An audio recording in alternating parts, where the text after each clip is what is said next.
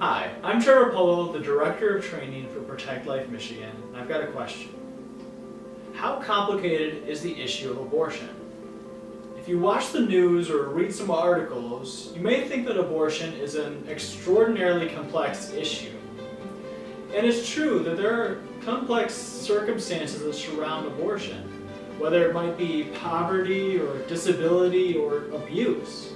Abortion often has a lot of situations that are extremely complex. However, we have to be careful to separate complexity of circumstance from complexity of morality. You see, the American South before the Civil War was an extremely complex place. Slavery was intertwined in every part of the economy and the culture. In that way, slavery was complex. However, the complexity of the circumstances surrounding the issue of slavery did not equate to complexity around the moral question of whether or not slavery was just or unjust. You see, that's a simple answer. It is always unjust to treat another human being the way that African Americans were treated in the American South prior to the Civil War and even after. In the same way, I want to challenge you to think of abortion similarly. While there are complex circumstances that surround it, we always have to bring our abortion debates back to the simple issue, the simple question of what is the unborn.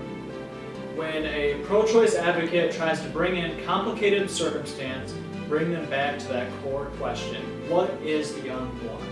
If the unborn is a living human being, they deserve all the rights that we all have. To prove that the abortion issue can be boiled down to that simple question, what is the unborn, and a simple argument to follow, I'm going to try to give you a 90-second defense of the pro-life position. Ready? First, we must agree that it is wrong to intentionally take the life of innocent human beings.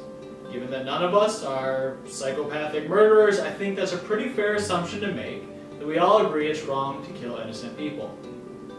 Next, we have to ask the question, is the unborn an innocent human being?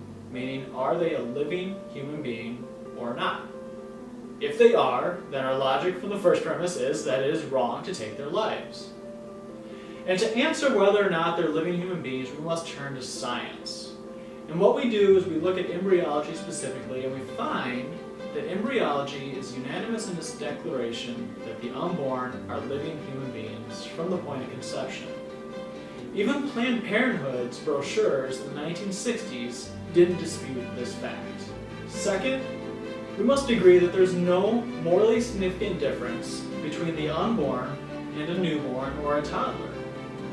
While the unborn is located in the womb and is less developed than a newborn or a toddler, those aren't morally significant differences. If that were true, if those differences really mattered, then a 10-year-old would have less rights than an 18-year-old because they're less developed and have to be located somewhere else.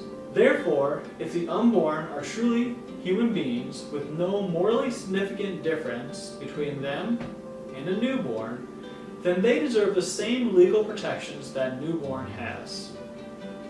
Their life is just as valuable as all of ours.